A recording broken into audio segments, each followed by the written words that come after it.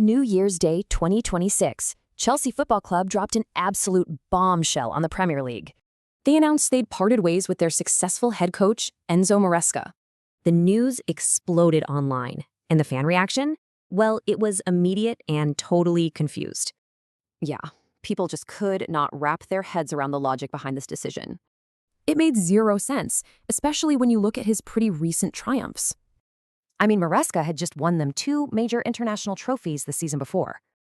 So that's the big question, right? Why fire a manager who's bringing home silverware? Well, the first clue seems to be a pretty worrying drop in their league form. He'd made a wild 25 changes to the back four, creating some serious instability. The young squad made the 3rd most errors in the league, costing them big time.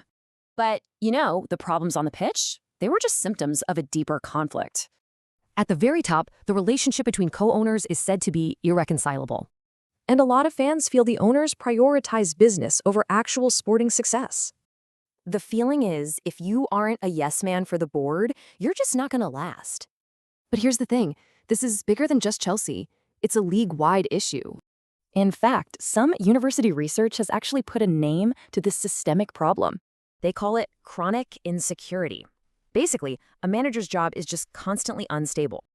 Managers are dealing with all these pressures that are totally out of their control. So how's Chelsea handling this chaos? By doubling down on their exact same strategy. They're looking for another young coach who fits their specific mold and continues their policy. And it all comes down to this one question now hanging over Stamford Bridge.